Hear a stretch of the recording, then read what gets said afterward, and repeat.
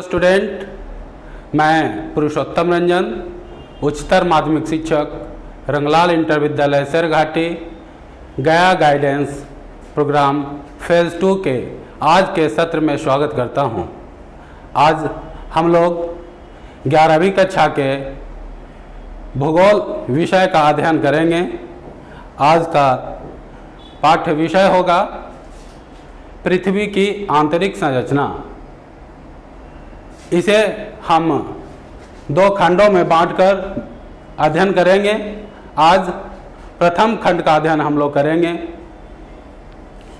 आज के अध्ययन में हम लोग देखेंगे कि पृथ्वी की संरचना कैसी है।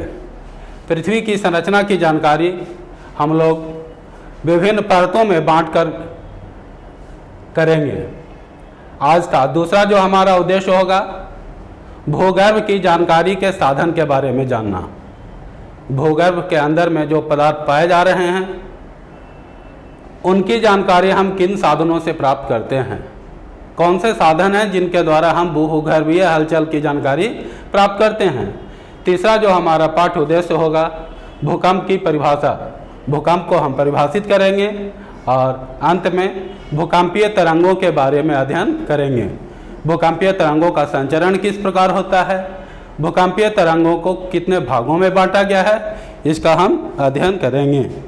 लेकिन इसके अध्ययन करने के पहले मैं आपको यह याद दिलाना चाहूँगा कि बचपन से आप यह सुनते आ रहे होंगे कि पृथ्वी गोल है। लेकिन आपके मन में ऐसी आशंका होती होगी कि पृथ्वी आखिर गोल है तो किस प्रकार की गोल है? क्या यह सिक्के की तरह गोल है? क्या यह नारंगी की तरह गोल है? या फिर चपटी है तो तस्तरी के आकार की है? इन जिज्ञासाओं का हम समाधान आज के सत्र में करेंगे। जैसा कि आप जानते हैं कि विभिन्न प्रकार की भूगर्भीय हलचलों के द्वारा पृथ्वी के अंदर से पिघला हुआ पदार्थ धरातल के ऊपरी सतह तक आता है और वह जम करके विभिन्न धरातलीय भू आकृतियों को जन्म देता है। और यह तो हमारा जानकारी का एक साधन हुआ। लेकिन हम फिर देखते हैं कि भूगर्भीय जो भू आकृतियाँ हैं उनके बारे में जानने के लिए हमको पहले समझना होगा कि भूगर्भ में कौन कौन सी प्रक्रियाएं होती हैं, कौन कौन से बल उन भू आकृतियों के निर्माण में कार्य करता है। इन्हें हम 2 वर्गों में बांट सकते हैं। एक है भूगर्भ की आंतरिक शक्ति और दूसरा बाह्य शक्ति। आंतरिक शक्तियों में भूगर्भीय हलचल, भूकंप को हम लोग शामिल करेंगे। बाह्य शक्तियों में हवा, जल और उसके द्वारा उत्पन्न विभिन्न आकृतियों की हम चर्चा करेंगे। तो हम इस आज के चैप्टर में यह देखेंगे इस चित्र के द्वारा कि पृथ्वी कितने परतों में बांटा गया है। यदि हम बात करें साधारण शब्दों में तो आप अंडा का उदाहरण ले सकते हैं। एक अंडा का बाहरी परत जो कवच होता है, जिसे हम छिलकर फेंक देते हैं, उसे हम भूपर्पटी के रूप में जान सकते हैं। मैं केवल तुलनात्मक अध्ययन करवाना चाह रहा हूँ। जो दूसरा भाग है जो लिक्विड अवस्था में होती है वह मेंटल के रूप में है और सबसे बीच वाला पीला भाग क्रोल के रूप में है। इस चित्र में भी दिखलाया गया है भूपर्पटी यह पृथ्वी की सबसे बाहरी परत है। आप एक पतली सी परत के रूप में आप देख रहे हैं। यह भूपर्पटी का भाग है जिसे हम अर्थ क्रस्ट के नाम से जानते हैं। परपटी का मतलब ही होता है पतला सतह। पृथ्वी के बाहर में है। यह अलग अलग स्थानों पर अलग अलग गहराई में पाया जाता है। इसकी मोटाई 34 किलोमीटर तक अधिकतम मापी गई है। दूसरा भाग है मेंटल। मेंटल 29 किलोमीटर से लेकर 100 किलोमीटर से लेकर के आगे में इसको हम देखेंगे। और ये भी जो हमारा जो बाह्य क्रोड़ और आंतरिक क्रोड़ 2 भागों में इसे हम बांट करके डिवाइड करेंगे और हम इसे देखेंगे इस व्हाइट बोर्ड के माध्यम से। यहाँ अर्थ क्रस्ट को हमने डिवाइड किया है सबसे बाहरी परत के रूप में। यह 1 से लेकर के 34 किलोमीटर की गहराई तक है। उसके बाद में हम देखेंगे अर्थ क्रस्ट लिथोस्फीयर उसको हम लोग बोलते हैं, जिसे हम स्थल मंडल के रूप में जानते हैं। दूसरा जो परत है 100 किलोमीटर से 2900 किलोमीटर के बीच में, जिसे हम लिथोस्फीयर के नाम से जानते हैं। 2900 किलोमीटर से 5100 किलोमीटर की गहराई तक जो भाग पाया जाता है उसे हम मैग्मा के नाम से जानते हैं। यह पिघली हुई अवस्था में है। इसे हम पायरोस्फीयर भी कहते हैं। पायरो का अर्थ होता है आग्नेय चट्टानों से, मतलब पिघली हुई अवस्था में है। भूकंपीय क्रियाएं, भूगर्भिक हलचल के फलस्वरूप भूकंपीय क्रियाएं जो उत्पन्न होती हैं, पिघली हुई अवस्था में जो लावा है, मैग्मा धरातल के सतह पर आ जाता है और ये इस भाग से बनता है। अब हम तीसरा जो देख रहे हैं, जो सबसे आंतरिक भाग है, वह है जिसे हम कोर के नाम से जानते हैं, करोड़ के नाम से भी जानते हैं। यह 5100 किलोमीटर से लेकर के पृथ्वी के केंद्र तक 6371 किलोमीटर की गहराई तक पाया जाता है। इस प्रकार हम देखते हैं कि पृथ्वी की त्रिज्या 6371 किलोमीटर है। यह इतना विशाल है कि हम अंदर तक प्रवेश नहीं कर पाएंगे। वहाँ तक के बारे में जानकारी के जो साधन हैं, हम प्रत्यक्ष रूप से वहाँ तक नहीं जा सकते हैं। केवल ज़मीन के अंदर से निकले हुए पदार्थ, या यूँ कहें कि विभिन्न प्रकार की परियोजनाओं के द्वारा हमें यह प्राप्त होता है। ये फिर हम लोग आगे के चैप्टर में इसको देख रहे हैं। अब भूपर्पटी के बारे में अब हम यहाँ देखते हैं इस स्लाइड के माध्यम से कि यह जो है भूपर्पटी सबसे बाहरी भाग है पृथ्वी का। सबसे ऊपर का भाग, सबसे बाहरी भाग महासागर के नीचे यह 5 किलोमीटर की गहराई तक होता है। महाद्वीपों में इसकी गहराई 30 किलोमीटर है, जबकि पर्वतीय भाग जो हमारा उत्तर में हिमालय का पर्वत है, उसके नीचे 70 किलोमीटर की गहराई तक भूपर्पटी पाया जाता है। इसका घनत्व औसत रूप से यदि हम देखते हैं तो 3 ग्राम प्रति घन सेंटीमीटर पाया जाता है। 3 ग्राम प्रति घन सेंटीमीटर कहने का अर्थ हुआ 1 सेंटीमीटर गहरा, 1 सेंटीमीटर चौड़ा और 1 सेंटीमीटर ऊंचा। इतना यदि वो मटेरियल हो तो उसका घनत्व 3 ग्राम है। महासागरों के नीचे भूपर्पटी की चट्टानें जो हैं वो बेसाल्टिक चट्टान है और महासागरों के नीचे इसका घनत्व लगभग 2.7 है। फिर हम मेंटल की ओर ध्यान देते हैं। मेंटल जो है वह भूपर्पटी के बीच बाद वाला भाग है, जिसे हम प्रवार के नाम से भी जानते हैं। और इस मेंटल का ऊपरी भाग जो है वह दुर्बलता मंडल के रूप में जानते हैं उसे। इसका विस्तार, दुर्बलता मंडल का विस्तार 400 किलोमीटर तक है। और घनत्व की बात यदि हम करते हैं तो इसका घनत्व 3.4 ग्राम प्रति घन सेंटीमीटर है। भूपर्पटी और मेंटल का ऊपरी भाग जब आपस में मिल जाते हैं तो लिथोस्फीयर कहलाते हैं। इसकी मोटाई कहीं 10 किलोमीटर भी है तो कहीं 200 किलोमीटर के बीच में है। यह भाग ठोस अवस्था में है। अब हम आगे देखते हैं करोड़ के बारे में, जो कि सबसे आंतरिक संरचना के रूप में है। पृथ्वी का सबसे इनर पार्ट है, आंतरिक भाग है। इसे भी 2 भागों में बांटा गया है, बाह्य करोड़ और आंतरिक करोड़। बाह्य करोड़ 5100 किलोमीटर से लेकर के 6300 किलोमीटर, 2900 से 5100 किलोमीटर के बीच में बाह्य करोड़ है और 5100 से 6370 किलोमीटर के बीच में आंतरिक करोड़। यह भी जो आंतरिक करोड़ है वो ठोस अवस्था में है, क्योंकि हम पृथ्वी के अंदर 32 मीटर जाते हैं। प्रत्येक 32 मीटर अंदर जाने पर 1 डिग्री तापमान बढ़ जाता है। तो यहाँ पर हम देखते हैं कि अधिक तापमान और तापमान से ज़्यादा अधिक दबाव के वजह से यह ठोस अवस्था में पाया जाता है। अब हम आगे देखेंगे कि आखिर भूगर्भ की जानकारी के कौन कौन से साधन हैं। विभिन्न प्रकार की परतों के बारे में जो चर्चा की गई, आखिर जब हम वहाँ जा नहीं सकते हैं, प्रत्यक्ष रूप से देख नहीं सकते हैं, तो किस माध्यम से मैंने इसकी जानकारी प्राप्त की, हम किस प्रकार इसकी जानकारी हासिल करते हैं। तो यदि जानकारी के साधनों का जब बात किया जाता है तो 2 बातें उभर कर सामने आती हैं। एक है प्रत्यक्ष साधन, दूसरा अप्रत्यक्ष साधन। क्योंकि आंतरिक परिस्थितियां ऐसी हैं कि वहाँ पर मनुष्य आज तक ना तो पहुँच सका है और ना पहुंचने की कोई संभावना बनती है, क्योंकि आंतरिक भाग में तापमान भी अधिक है और दबाव भी अधिक है। उस परिस्थिति में कोई व्यक्ति वहां जीवित नहीं पहुंच सकता है।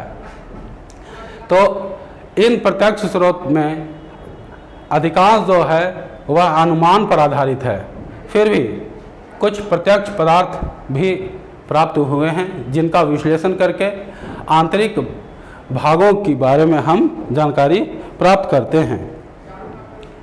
पृथ्वी के भूगर्भ की जानकारी के प्रत्यक्ष स्रोत में है वह है चट्टानें, जो कि ठोस अवस्था में हैं।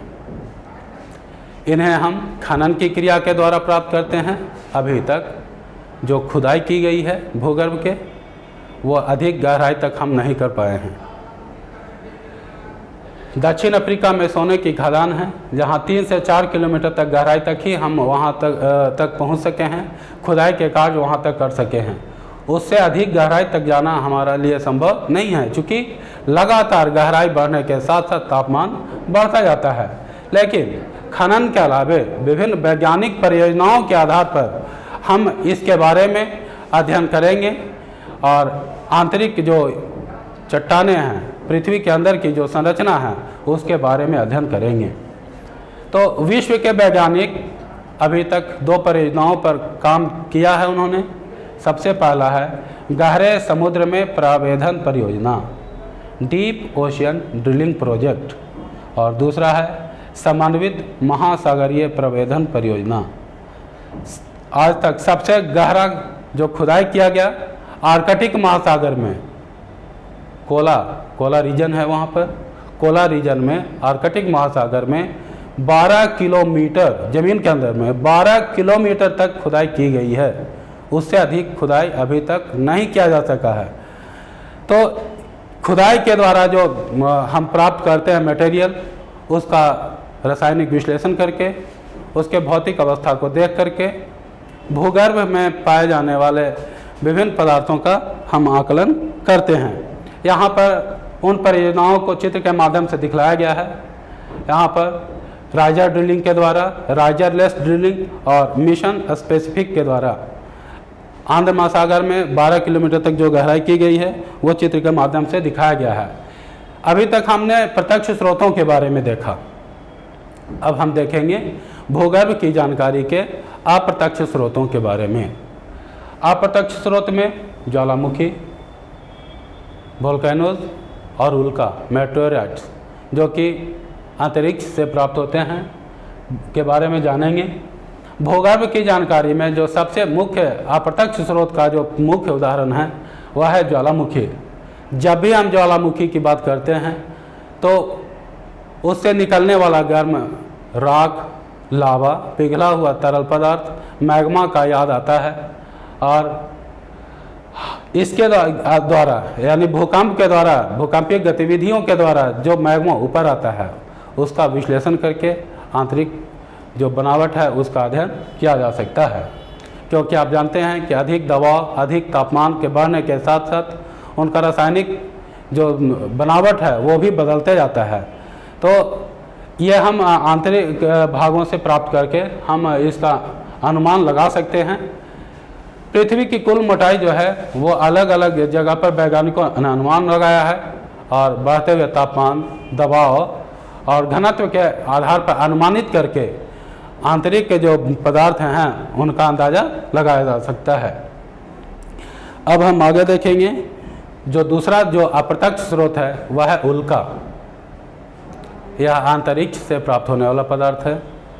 यद्यपि कि यह पृथ्वी से नहीं निकला हुआ है, लेकिन यह पृथ्वी के समान ही पिंड से बना हुआ पदार्थ का एक टुकड़ा होता है जो जमीन तक प्राप्त हो जाता है। हालांकि इसका अधिकांश भाग, ऊपरी भाग जो होता है वह जल करके नष्ट हो जाता है, लेकिन फिर भी जो बचा हुआ पदार्थ होता है उसका हम रासायनिक विश्लेषण करते हैं, उसके बारे में अध्ययन करते हैं और उल्का पिंड के द्वारा हम प्राप्त करते हैं, भूगर्भिक जो संरचना है उसका अनुमान लगाते हैं।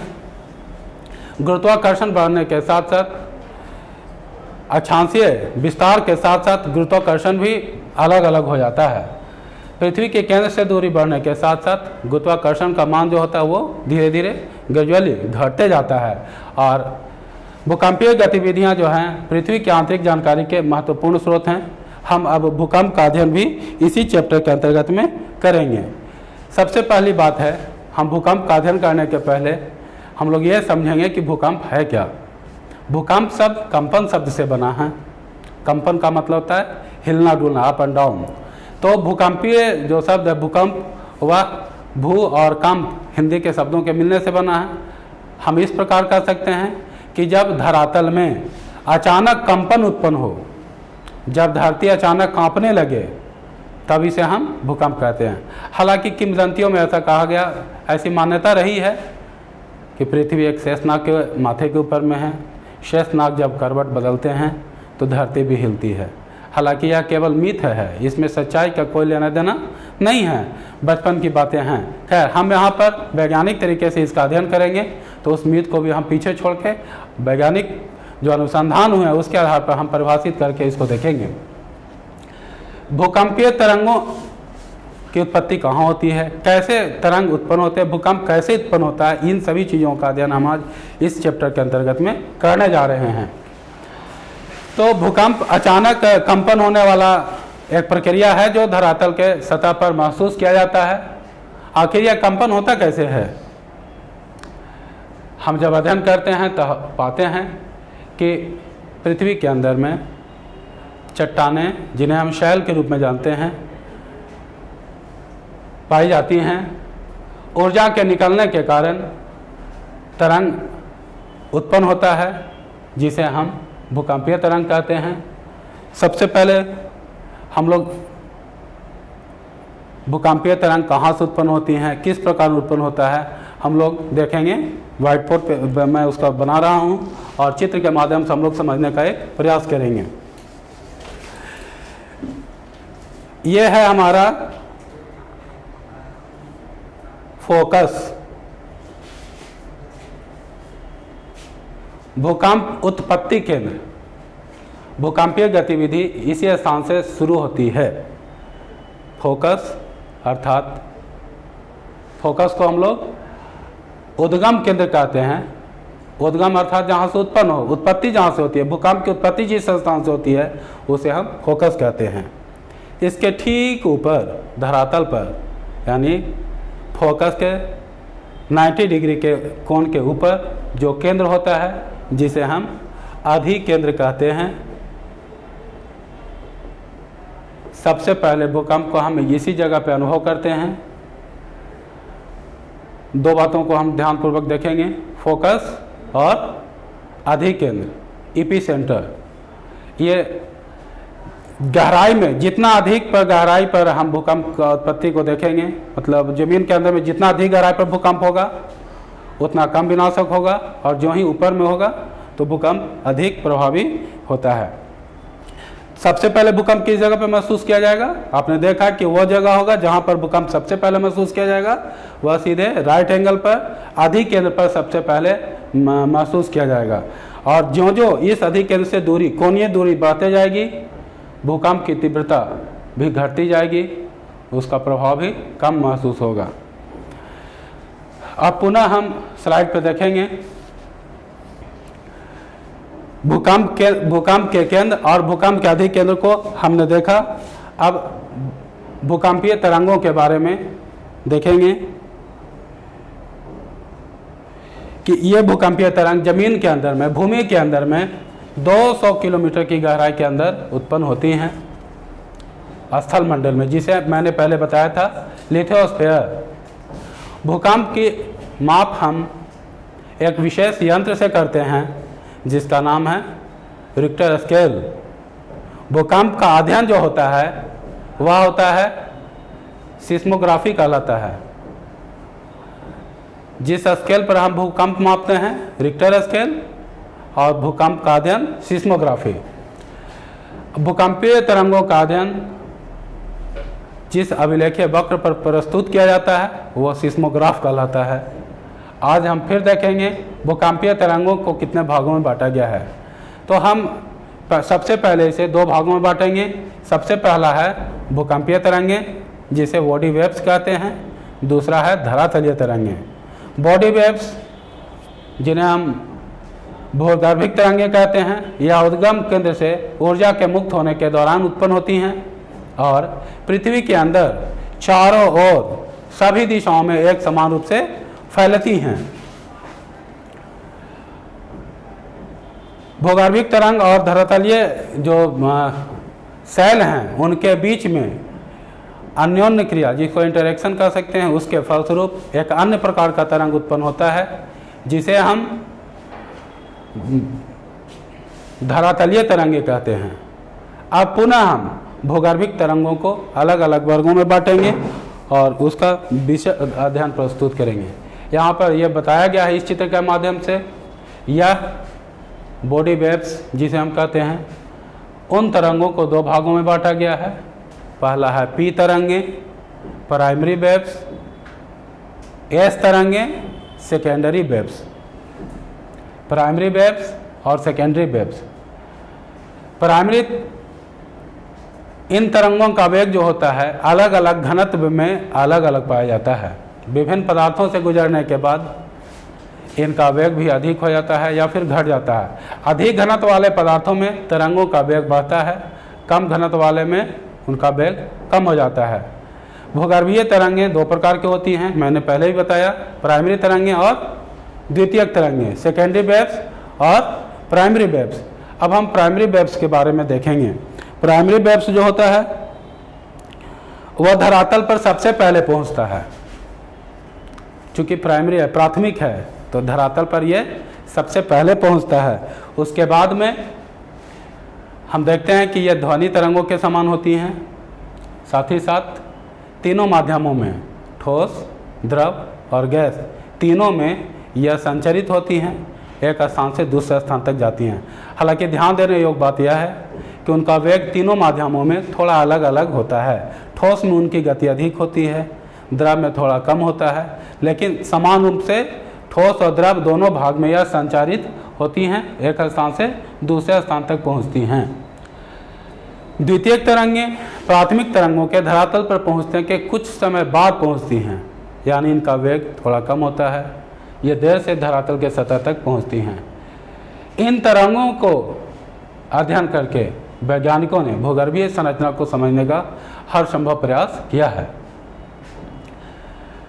चूँकि यह भूकंपें विभिन्न दिशाओं में फैलती हैं, तरंगों की दिशा भिन्नता का अनुमान लगाया जाता है और इन्हें अभिलेखों के द्वारा, सिस्मोग्राफ के द्वारा हम अंकित करते हैं। सबसे अंत में हम देखते हैं इसमें कि जो धरातलीय तरंगें जो थीं वो सबसे अधिक विनाशक होती हैं, क्योंकि वो धरातल के निकट से उत्पन्न होती हैं, नज़दीक में उत्पन्न होती हैं, इसीलिए ज़्यादा विनाशकारी होता है। जो बॉडी वेव्स है वो आंतरिक भाग में उत्पन्न होता है, पृथ्वी के धरातल तक पहुंचने में उसको थोड़ा ज़्यादा दूरी तय करना पड़ता है, समय अधिक लगता है, तो उसका विनाशक प्रभाव कम होता है। जबकि धरातलीय जो तरंगें होती हैं, जिन्हें हम धरातलीय तरंगें कहते हैं, इन्हें लव वेव्स के नाम से भी जाना जाता है। लव वेव्स इसलिए कहा गया है क्योंकि एक वैज्ञानिक हुए थे जिनका नाम था HD लव, उन्होंने ही इस तरंगों का पता लगाया था, तो उनके नाम पर इन्हें क्या कहते हैं, लव वेव्स कहते हैं। ये खतरनाक होती हैं, इमारतों को गिरा देती हैं, विनाशक दृश्य पैदा करती हैं। अब हम आगे देखेंगे कि भूकंपीय जो गतिविधियां जो हुई वो धरातलीय बनावट को, भूगर्भ की संरचना के अध्ययन करने के लिए जो हम मटेरियल प्राप्त करते हैं वो इनसे प्राप्त किया जाता है। अब हम देखेंगे कि गृह कार्य के रूप में यहाँ पर कुछ प्रश्नों को दिया गया है कि पृथ्वी को कितने वर्गों में बांटा गया है। तो मैंने पहले इसके बारे में बताया था कि इन्हें 3 परतों में बांटा गया,